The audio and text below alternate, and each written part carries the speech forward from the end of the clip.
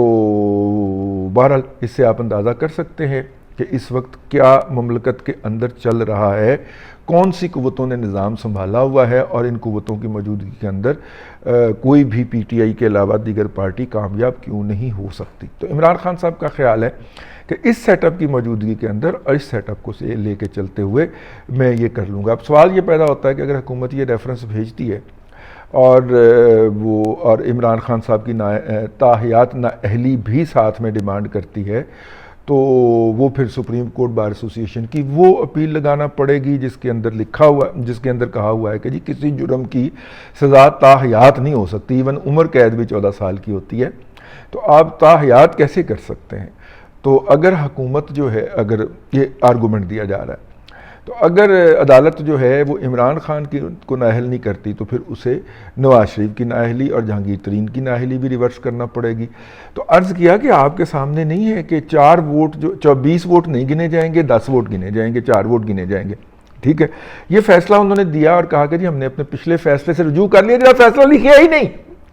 اور جہاں detail judgment لکھی نہیں اس سے ہم نے رجوع کر لیا، ہم نے نواں فیصلہ دے دیا۔ جہاں پہ روندی مارنے والے اتنی بڑی ننگی برہنہ روندی مارنے والا منصف بیٹھا ہو، وہاں پہ آپ کو کہاں توقع ہو سکتی ہے، ٹھیک ہے۔ میرا خیال یہ ہے کہ عمران خان صاحب کو جو ہے جس طرح 2 ریٹائر لوگوں نے، دونوں ریٹائر تھے یا ایک حاضر سروس تھا، انہوں نے پورا رمضان لگایا ہے، وہ رات کو چلے جاتے تھے بڑے صاحب کی طرف، باجوہ صاحب کی طرف، اطلاع یہی ہے، اور افطاری وہاں پہ کرتے تھے، پھر سحری کر کے اٹھتے تھے، اور انہوں نے اس پورے رمضان کے اندر ان کو قائل کیا کہ عمران خان کو دوبارہ گود میں لے لیا جائے، اور عید سے پہلے ان کو واپس گود میں لینے کا فیصلہ ہو چکا تھا۔ میرا خیال باقی ریٹائر کو اب قربانی دینی چاہیے، اور انہیں جا کے تو صاحب کے اوپر جو ہے وہ ڈیوٹی دینی چاہیے، اور انہیں بتانا چاہیے کہ جی وہ آپ کی ماں بہن ایک کر رہا ہے، آپ کی بیٹیوں کی تصویریں چھاپ رہا ہے، تو چھپوا رہا ہے وہ۔ آپ کے جب افسر شہید ہوتے ہیں تو اس کے نیچے آ کے اس کے کتے جو ہے وہ بھونکتے ہیں، بکواس کرتے ہیں، تو یا آپ اس کو گود میں لینے لگے ہیں، یہ تو آپ کو قبر تک پہنچا کے آئے گا۔ تو جس طرح کی سافٹ انٹرفیئرنس جو تھی وہ 9 اپریل کو ہوئی تھی، اگر اس طرح کی سافٹ انٹرفیئرنس نہ ہوئی تو سر جی پھرتے میرا مطلب ہے وہ پھر تن کے آئے گا، ٹھیک ہے، آہو، کیونکہ جب پتہ چل جائے گا کہ اتنے بڑے فورم سے بھی کنڈیم ہونے کے بعد، نااہل قرار پانے کے بعد پاکستان کی عدلیہ اور پاکستان کے عسکری ادارے کے اندر موجود اس کے جو عاشقین ہیں اور ان عاشقین کی جو فیملیاں ہیں وہ پھر بھی اس پہ اندھا دھند قربان جاتی جا رہی ہیں اس راسپوٹین کے اوپر. راسپوٹین بھی اتنا ہی مقبول تھا ویسے, اس راسپوٹین کے اوپر مقبول جاتے جا رہے ہیں اور ان فیملیوں کے سربراہوں کی غیرت ذرا بھی نہیں جاگ رہی, تو پھر اس کے نتیجے میں وہ آئے گا جی, بلکہ 2/3 کیا 3/4 میجورٹی کے ساتھ آئے گا. اونلی اس سچویشن کو جو بچا سکتی ہے وہ سافٹ انٹرفیرنس ہے. مجھے جس بات کی فکر کھائی جا رہی ہے کہ اس خطے کے اندر جو تبدیلیاں ہو رہی ہیں ہم اس میں کہیں نہیں ہیں.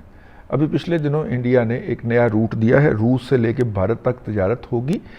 براستہ ایران اینڈ ایران کی چاہ بہار سے لے کے ممبئی تک براستہ سمندر, ٹھیک ہے, اور پاکستان اس میں سے مائنس ہوگا. یہ سمبولیکلی ہے, چائنا نے بھی تو گوادر تک سمبولیکلی ایک چلایا تھا نا, وہ جو تھا قافلہ, تو روس نے بھی یہ چائنا کی طرف دیکھتے ہوئے یہ قافلہ بھیجا ہے اور بڑے پرانے تعلقات ہیں بھارت کے. ان تمام تبدیلیوں کے اندر پاکستان صرف اپنے حالات میں کھویا ہوا ہے, اور پاکستان کے اندر پاکستان کی اسٹیبلشمنٹ جس ذہنی مریض کو مسلط کرنا چاہ رہی ہے وہ صبح 74 سال کی عمر میں دیکھ کے کہہ رہا ہوتا ہے میں کتنا سونا لگ رہے ہیں, میں کتنا خوبصورت لگ رہے ہیں. وہ نرگسیت کا مارا ہوا وہ شخص جو ہے جب وہ امپلیمنٹ ہوگا تو اس سے زیادہ تباہی لائے گا جو پچھلے 4 سال میں مسلط کر کے گیا ہے. پچھلی دفعہ تو بجٹ, دفاعی بجٹ آدھا ہوا تھا اور جوانوں کی تنخواہیں بھی آدھی ہو گئی تھیں in term of purchasing power. اس دفعہ سر جی تواڈے مربے بھی اڑ جانے جی ہیں, وہ انتقاماً آیا ہے, انتقاماً آ رہا ہے اور انتقاماً آیا ہے. پہلے تو ہوتا تھا نا کہ یار افسر تو ہے نا, ہم اس کے ساتھ کھڑے ہیں, ٹھیک ہے, اس کے بینیفٹ تو اس کو ملنے چاہیے. سر بینیفٹ وڑ جان گے جی سارے, ٹھیک ہے, بلکہ وڑ چکے ہیں, تسی منن نوں تیار نہیں ہو. وہ پہلے 4 سال دے وچ یہ بینیفٹ سارے واڑ گئے تواڈے, منن نوں تیار نہیں. نہ منو سر, ایک DH جا کے تسی سکھر بھی آباد کر لو, اتنے کرن لگا سی بیریا ٹاؤن تے وہ نہیں ہویا, تو آپ جا کر DH سکھر آباد کر لیں,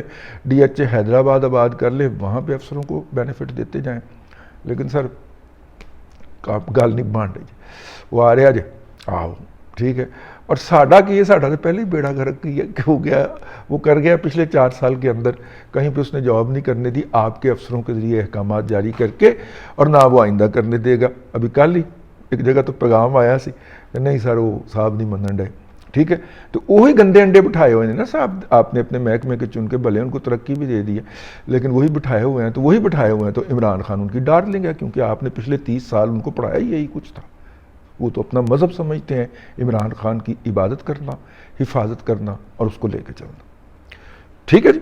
اب تک کے لیے اتنا ہی. اللہ تبارک و تعالیٰ آپ کو آسانیاں عطا کرے اور آسانیاں خلق خدا میں تقسیم کرنے کی توفیق عطا کرے.